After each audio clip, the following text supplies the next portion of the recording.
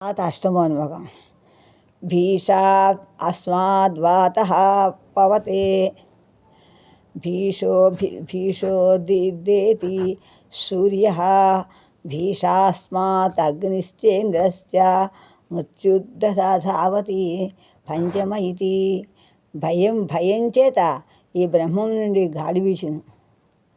బ్రహ్మం నుండి భయం చేత సూర్యుడు ఉదయిస్తున్నాడు. భయం చేతనే దీని నుండి అగ్ని ఇంద్రుడు కూడా పనిచేస్తున్నారు. ఐదవది మృత్యుదేవత తన పని తాను చేసినది. అంటే అందరూ భయంతో చేస్తా. అంటే భయం అంటే ఏంటి? ఇక్కడ భయపడటం కాదు, నువ్వు కొడితే నేను తిడితే భయపడతా కాదు, ఎక్కువ విజృంభణతో అర్థం. విజృంభణ అది బ్రహ్మం అంటే ఇక్కడ బ్రహ్మంది విజృంభణ అని చెప్పాలి, కానీ భయం అంటే భీతి కలిగించే అర్థం ఇక్కడ చెప్పకూడదు. సైషా ఆనందస్య మీమాంసా భవతి ఇవా స్యాత్ సాధు ఇవ అధ్యాయకః అశిష్టో ధృష్టో బలిష్టః తస్యేయం పృథివీ సర్వా విత్తస్య పూర్ణా స్యాత్ స ఏకో మానుష ఆనంద. మానుషానందం ఎలా ఉంటుంటా? ఈ మానుషానందం ఎలాంటిదా? ఇప్పుడు కనుక అది ఆనందం యొక్క మీమాంస చెప్పబడుతుంది. ఇక్కడ మనుషుడు యువకుడుగా ఉన్నప్పుడు సాధువై చదువుకున్నవాడే మనిషి యువకుడు అవుతాడు, సాధువు అవుతాడు, చదువుకునేవాడు అవుతాడు, చురుకైన వాడు అవుతాడు, దార్శం బలవంతుడు అవుతాడు, అలాగే దార్శం గలవాడు అవుతాడు. ఇంకా దానికి సమస్త భూమి అంతా కూడా ఈ భూమిలో ఉన్నటువంటి ధనాలతో కూడా నిండి ఉన్నాయి. అట్టి వానికి కలిగే ఆనందం మనుష ఆనందం అవుతుంది. మనుష ఆనందం ప్రతిష్టాదేవని అంటే మనుష ఆనందం కాదు, ఇంకా ఎలాంటి మనుష్య ఆనందం కలుగుతుంది. ఇంకా అది ఎవరైతే విడిచిపెడతారో ఆ భయాన్ని తే శతం మానుష ఆనంద స ఏకో మనుష్య గంధర్వాణాం ఆనంద శ్రోత్రియస్య చ అకామహతస్య.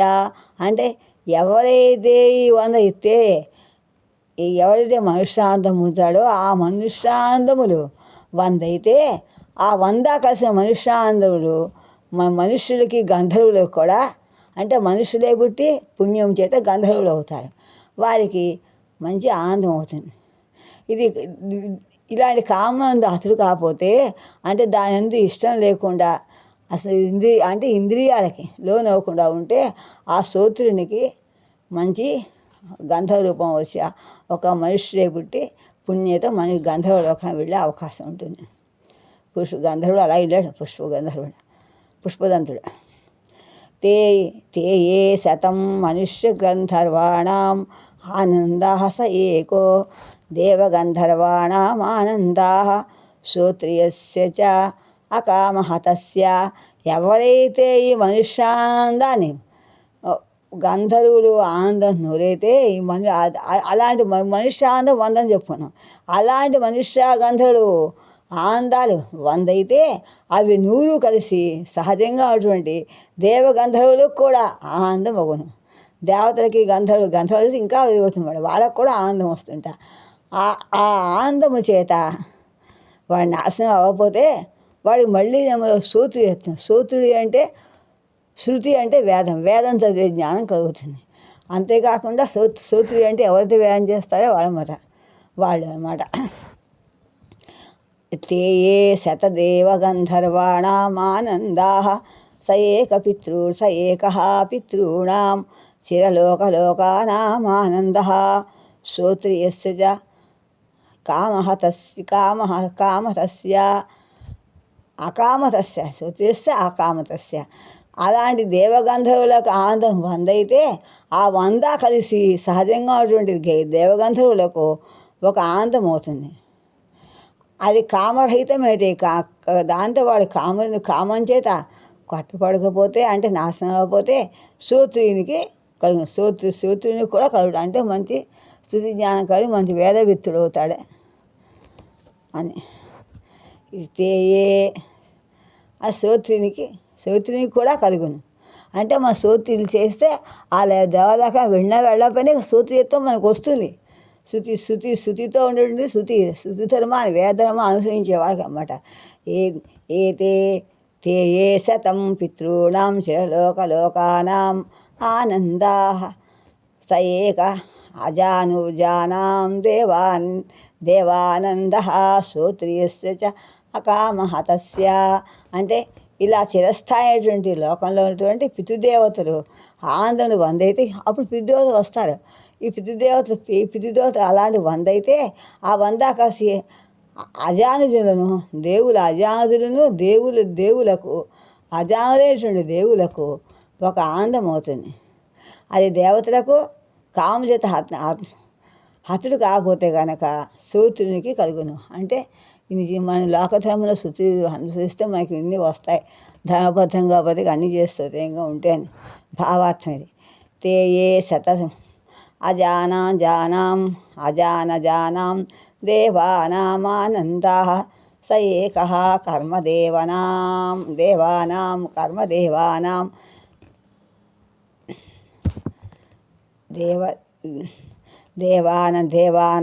దేవానాం ఆనందః ఏ కర్మణా దేవం నపింపయంతి శ్రోత్రియస్య కామః తస్య. అంటే ఈ అజానులో లోకంలో ఉన్నటువంటి దేవతల ఆనందాలే వందైతే అవి నూరు కలిసి వైదిక కర్మలు వస్తాయన్నమాట. వైదిక కర్మ చేత దేవతలను పొందినటువంటి కర్మదేవుల చేత కర్మదేవులనే దేవతను ఒక ఆనందమున అగును. కనుక ఎవడు అట్టి కామముల చేత హతుడు కాని సూత్రునికి కలుగును. కామక్రోధం లేకపోతే అంతఃశత్రునటువంటి కామక్రోధ మదాసులకు దొరకపోతే అన్నమాట. తే ఏ శతం కర్మ దేవానాం ఆనందా స ఏకో దేవానామానంద శ్రోత్రియస్య చ అకామతస్య. అంటే ఇలాంటి కర్మదేవుల ఆనందములు వందైతే అవి నూరు కలిసి దేవతలకు అది కాముల చేత అతడు కాకపోతే సూతునికి కూడా కలుగును. ఆ దేవలోకం ఇక్కడ కూడా దేవలోకమే కాదు, ఇక్కడ మనం అలా ఉంటే మనకు సత్యలోక స్థితి మనకు వస్తుంది. ఇదే సత్యలోకం అంటే అని భావం కూడా చెప్పచ్చు. తే ఏ శతం దేవానామానందా స ఏక ఇంద్రస్య ఆనందః శ్రోత్రియస్య చ అకామః తస్య. అలాంటి దేవుల ఆనందాలు వందైతే అవి నూరు కలిసినది దేవపతి అయినటువంటి ఇంద్రునికి ఒక ఆనందం అవుతుంది. ఆనందమయ కోసం చెప్తున్నమాట. అది కాముల చేత హతుడు కానీ సూత్రునికి కూడా కలుగును. ఎవరైతే కామక్రోహం విడిచిపెడతారో అందుకు వస్తాయని చెప్తున్నాడు. తే ఏ శతమింద్రస్యానందా స ఏకో బృహస్పతే ఆనందః శ్రోత్రియస్య చ అకామః తస్య. ఇలాంటి ఇంద్రుని ఆనందాలు వందైతే ఈ నూరు కలిసి దేవతల గురువు అయినటువంటి బృహస్పతికి ఒక ఆనందం అవుతుంది. అంటే ఎప్పుడు ఆనంద స్వరూపంతో ఉంటాడనమాట. ఇది కాము చేత హతుడు కానీ సూత్రునికి కూడా కలుగుదని భావం.